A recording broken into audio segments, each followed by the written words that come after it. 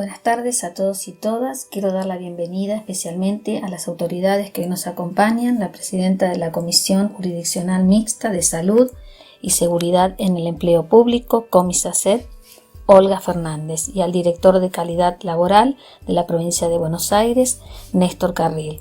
El Comité Mixto Distrital La Plata es un ámbito tripartito formado por la participación de las trabajadoras y los trabajadores y las y los representantes de los sindicatos. Las autoridades de este año son quien les habla, la presidenta Adriana Raimundo, Inspección Arial, presidenta suplente Viviana Salvioli, SAT 2, secretario Rodolfo Aguirre por el gremio de ATE, secretario suplente Jesús Maldonado por el gremio SUETRA, jefatura distrital el inspector Nelson Herrera, suplente la inspectora Victoria Almeida. Por el Consejo Escolar, la consejera Roxana Palmitesta, suplente Ernesto Caviglioni, inspector Arial Adriana Raimundo y la inspectora Mariela Berardo. Por la Dirección Provincial de Infraestructura Distrital, Daniel Goncebat, Mario Boschi. Por el CIE La Plata, Cristina Párraga y su suplente Fernando Casale. SAT 1, Natalia Sorba, su suplente María Paula Molina. SAT 2, Viviana Salvioli, su suplente Olga Rosales. Por el gremio de ATE, Rodolfo Aguirre, su suplente Sofía Leiva. Por FEB, Gabriela Subiría, su suplente Verónica Legal. Por SUTEBA, Celeste Arias, Ariel Jara. UDA, Andrea Talavera, suplente Juan Martín Moita. UDOCBA, Ana Laura Pérez Blatter, suplente Jorge Bruschini. Por UPCN, Virginia Díaz, suplente Silvia Zabaleta. Por SUETRA, Jesús Maldonado, suplente Roberto Coto. SOEME, Gustavo Sotelo, suplente Graciela Ferreira. A continuación, vamos a empezar con la capacitación. Y hoy nos acompañan para dar esta capacitación en la parte práctica los agentes de calidad laboral, Basalinetti Juan Martín y del Río Gonzalo. La información de esta capacitación está extraída de la Guía de Recomendaciones para la Prevención de Transmisión de COVID-19 en las escuelas que se realizó en junio de este año. La guía actualiza, refuerza y amplía los contenidos expuestos en el plan jurisdiccional, especialmente en su anexo 8, que contiene recomendaciones generales para una adecuada ventilación. Asimismo, proporciona elementos para reducir el riesgo de contagio en ambientes interiores. La manera más sencilla y efectiva de reducir la acumulación de aerosoles en interiores es a partir de la ventilación natural o mecánica. Estas medidas de ventilación son complementarias y de aplicación simultánea a las demás medidas de cuidado en las escuelas. Los posibles mecanismos de transmisión del virus son aerosoles. Son partículas muy pequeñas, exhaladas a través de la nariz y la boca al respirar, hablar, cantar, comer, toser, estornudar, etc. Estas partículas quedan suspendidas en el aire y en caso de contener el virus pueden contagiar a otra persona al ser inhaladas. La cantidad de aerosoles producidos por una persona aumenta con el tono de voz y con la actividad física. Sumado a esto, la exposición a aerosoles aumenta cuanto más cerca estamos frente a la persona que los emite, pudiendo dar lugar al contagio en proximidad. En un ambiente interior, los virus se pueden transmitir a una distancia mayor a través de aerosoles que permanecen en el aire y se acumulan si la ventilación del lugar no es suficiente, con el riesgo de que sean inhalados por otra persona, contagio a distancia. La medida más efectiva para evitar esto es la ventilación. Asimismo, se aconseja la reducción del tiempo de permanencia de varias personas no convivientes en un mismo espacio. Y se recuerda que las principales medidas para prevenir este tipo de contagios son el distanciamiento social y el uso correcto de tapabocas. Otro mecanismo de transmisión es por gotas. Las gotas son aerosoles de gran tamaño, principalmente emitidos al estornudar o toser, que pueden impactar sobre los ojos, nariz o boca de una persona que se encuentra cerca. Debido a su gran tamaño, las gotas se depositan sobre cualquier superficie, en general dentro de los 2 metros de distancia. Las gotas pueden causar contagio directamente por impacto sobre la cara o indirectamente por depositarse en superficies. La siguiente forma de transmisión es por superficies o fómites. La transmisión por esta vía se genera al tocar algún objeto o superficie que está contaminado con el virus y luego al llevar la mano a los ojos, a la nariz o a la boca, se contagia. La principal medida de prevención para esta situación es el lavado frecuente de manos con agua y jabón o la desinfección con alcohol en gel o al 70% y la limpieza frecuente de objetos y espacios. Este mecanismo de transmisión es posible, pero poco frecuente. Observamos en la imagen el riesgo de contagio según la distancia de la persona infectada. El contagio en proximidad puede ocurrir durante un tiempo relativamente corto, debido a que tanto la exposición a gotas como a aerosoles es alta si una persona se ubica cerca de otra que está infectada. Las probabilidades de contagio son mucho menores si ambas personas mantienen la distancia social y utilizan adecuadamente el tapabocas. Al permanecer durante un largo tiempo en el mismo ambiente que una persona infectada, es posible inhalar suficiente cantidad de aerosoles y que se transmita el SARS-CoV-2 a pesar de haber estado a más de 2 metros de distancia. Cuanto más ventilados estén los ambientes, menor será la probabilidad de contagio. La ventilación ayuda a diluir la concentración de aerosoles. Formas de transmisión. El riesgo de transmisión surge de la combinación de distintas variables. El riesgo cero no existe, no obstante el cumplimiento de todas las medidas de cuidado genera menores niveles de riesgo. Las condiciones de transmisibilidad estarán condicionadas por la situación epidemiológica de cada localidad, la cantidad de personas en el ambiente, el tono de voz y el tipo de actividad que llevan adelante. Ahora trataremos las distintas variables que influyen para el contagio. Una de ellas es la presencia del virus. La probabilidad de que haya una persona infectada en un ambiente aumenta con la transmisión comunitaria y con la cantidad de personas presentes. La utilización de tapaboca contribuye tanto a reducir la emisión de aerosoles como a la cantidad de personas que se pueden infectar en caso de ocurrir un evento de supercontagio. El uso correcto de tapabocas en forma permanente disminuye significativamente el riesgo de transmisión. Otra variable es el ambiente propicio. Las principales condiciones del ambiente que influyen en la transmisión aérea de COVID-19 son el tamaño del lugar y la ventilación. En ambientes con poca ventilación, los aerosoles tenderán a acumularse, mientras que en lugares con buena circulación de aire exterior, la concentración de aerosoles se diluye. De esta forma, lugares más grandes y con mayor ventilación reducen el riesgo de contagio. Y por último, la variable es el tiempo de exposición. Un prolongado tiempo de exposición en ambientes cerrados compartidos con personas incrementa el riesgo de transmisión. Por esta razón, los bloques de clases no deben superar los 90 minutos y se recomienda no realizar eventos o reuniones que impliquen tiempos prolongados de estadía en ambientes cerrados. Aquí trataremos los tipos de ambiente. Considerando las variables mencionadas, se presentan 3 tipos de ambiente según la ventilación. Uno de ellos es el ambiente exterior.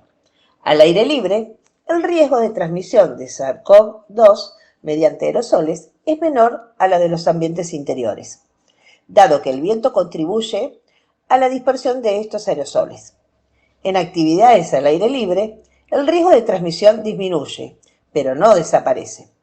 Puede haber riesgo de contagio en proximidad o en situaciones de emisión elevada, sobre todo en condiciones de aire quieto. Por lo tanto, al aire libre, la distancia física y el uso correcto de tapaboca siguen siendo métodos necesarios de prevención. Otro ambiente es el ambiente interior ventilado.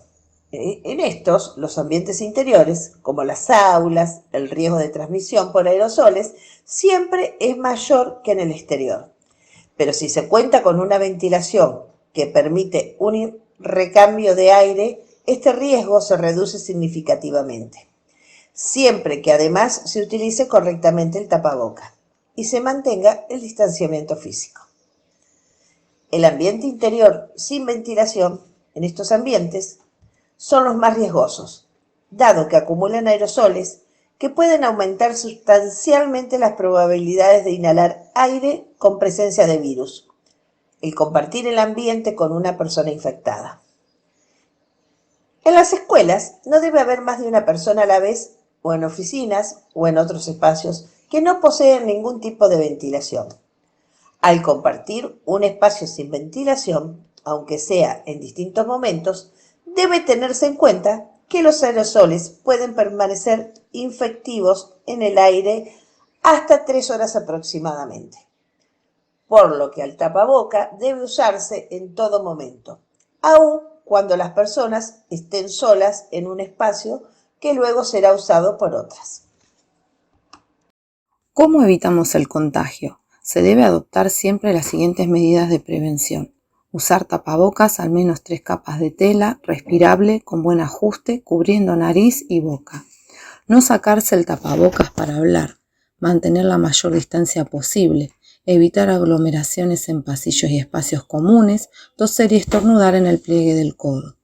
Encontramos actividades que poseen mayor riesgo de contagio. Por ejemplo, hablar en voz alta, varias personas a la vez, comer, cantar o usar instrumentos de música de aire. Hacer deportes, actividad física, evitando deportes de contacto. Para evitar la transmisión por fomites se recomienda higienizar frecuentemente las manos con agua y jabón o alcohol, con gel o alcohol al 70%. Evitar tocarse la cara con las manos, limpiar regularmente objetos y superficies. Además, en aulas y otros ambientes interiores se deben adoptar las siguientes medidas de cuidado. La cantidad de personas no debe exceder lo que habilita el cumplimiento de la distancia social. Los bloques de clases no deben exceder los 90 minutos. Ventilar siempre y todo lo que sea posible de manera continua. ¿Por qué es importante la ventilación? La ventilación es la renovación del aire de los espacios interiores mediante aire procedente del exterior, ya sea de manera directa o indirecta a través de otro espacio interior ventilado. En el contexto del COVID-19, se debe incorporar la ventilación como una medida de protección adicional a las recomendaciones generales de prevención que ya vimos. La correcta ventilación de los espacios interiores también ayuda a reducir la transmisión de otras enfermedades habituales, como la bronquiolitis y otras enfermedades respiratorias, y a generar ambientes más saludables. Como hemos mencionado, los espacios cerrados propician la concentración de virus en el aire, que podría producirse por la exhalación de una persona infectada con el virus del COVID-19, aun cuando es asintomática y no presenta ningún tipo de malestar. Por ello, cuanto mejor sea la ventilación, más se reducirá el riesgo de contagio. La renovación del aire dentro de los espacios cerrados depende de la cantidad, distribución y tipo de aberturas, puertas y ventanas, de la velocidad y dirección del viento, de la diferencia de temperatura entre el aire interior y el aire exterior y, si los hubiera, de los dispositivos de ventilación mecánica. Por su parte, las necesidades de ventilación dependen del tamaño del ambiente, de la cantidad y las características, edad, contextura, etc., de las personas que lo ocupan y del tipo de actividad que se realice. La mejor herramienta para garantizar una adecuada ventilación de los ambientes interiores es la utilización correcta de la ventilación natural por puertas y ventanas. Para ello, es necesario tener presente las siguientes pautas. Toda apertura de puertas y ventanas ayuda a renovar el aire interior y a evitar que se acumulen aerosoles. Ciertas características de la ventilación permiten que el aire se renueve más rápidamente, por ejemplo, la ventilación cruzada. Abrir puertas y las ventanas en la mayor medida posible siempre que haya personas presentes. Mantener la apertura de puertas y ventanas de manera continua genera un flujo de aire permanente, sin que se acumulen aerosoles, que es más efectivo que realizar aperturas intermitentes. En escenarios de bajas temperaturas, contaminación sonora u otras contingencias, procurar mantener abiertas las ventanas como mínimo 5 centímetros de manera constante. Para lograr una ventilación distribuida, es conveniente mantener varias ventanas con una apertura de 5 centímetros o más, en vez de mantener una sola ventana abierta. Por ejemplo, si en un aula hay 3 ventanas, es preferible abrir las 3 de 20 centímetros y no solo una de ellas de 60 centímetros. La ventilación de los pasillos y otras áreas de circulación garantiza el ingreso de aire desde el exterior. Cuanto más ventilado esté el aire de los pasillos, más segura será la renovación de aire de cada aula. Es muy importante reforzar las tareas de ventilación al inicio de la jornada, al finalizar y entre turnos o bloques de clases, aprovechando especialmente los momentos de recreo o descanso para la apertura total de todas las aberturas del aula. Los sistemas de calefacción independiente, como las estufas que poseen las aulas, pueden continuar utilizándose de forma habitual, siempre que haya una correcta ventilación mediante la apertura de las aberturas. Utilizar ventiladores para incrementar la velocidad de intercambio del aire interior-exterior, siempre con ventanas y o puertas abiertas y evitando que se genere un flujo de aire directo entre las personas que están dentro del ambiente, porque esto podría provocar que si hay aire contaminado, vaya directamente de una persona a otra. Utilización de medidores. Los medidores móviles de dióxido de carbono permiten constatar en forma continua, rápida y eficaz que el aire de los ambientes se renueva de manera permanente y a través de una ventilación adecuada. Asimismo, permiten advertir la necesidad de optimizar las condiciones de ventilación o de intervenir para mejorar la renovación del aire.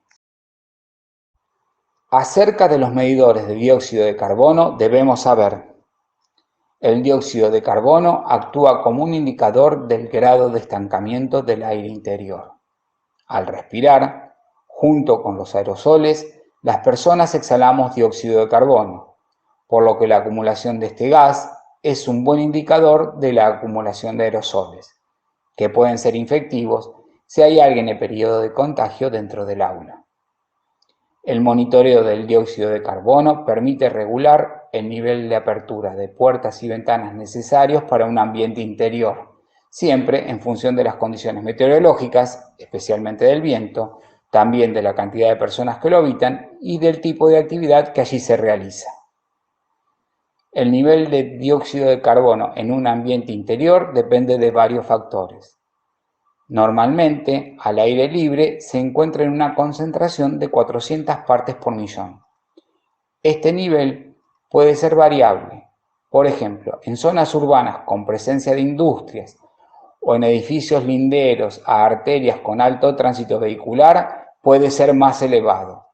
También la concentración de este gas puede modificarse en diferentes épocas del año.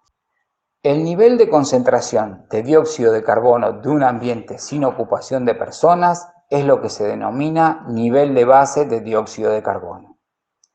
Las personas emitimos dióxido de carbono al exhalar el aire que respiramos, con distinta intensidad de acuerdo con nuestras características físicas, metabolismo y actividad realizada. Cuando en un ambiente interior el dióxido de carbono aumenta en 400 partes por millón por sobre el nivel de base del ambiente, como consecuencia de la respiración de las personas que lo ocupan, se estima que aproximadamente el 1% del aire que se respira ya fue respirado por otra persona. Por esta razón, el umbral de concentración de dióxido de carbono que actualmente se recomienda como indicador de una ventilación adecuada es de 400 partes por millón por sobre el nivel de base. Se pueden usar los dispositivos para la medición del dióxido de carbono como un indicador de la proporción del aire que ya fue respirado por otras personas. En otras palabras, cuando la concentración de dióxido de carbono se incrementa en 400 partes por millón por sobre la medición con el aula vacía, que es la medición de base o medición basal, se debe actuar para mejorar las condiciones de ventilación.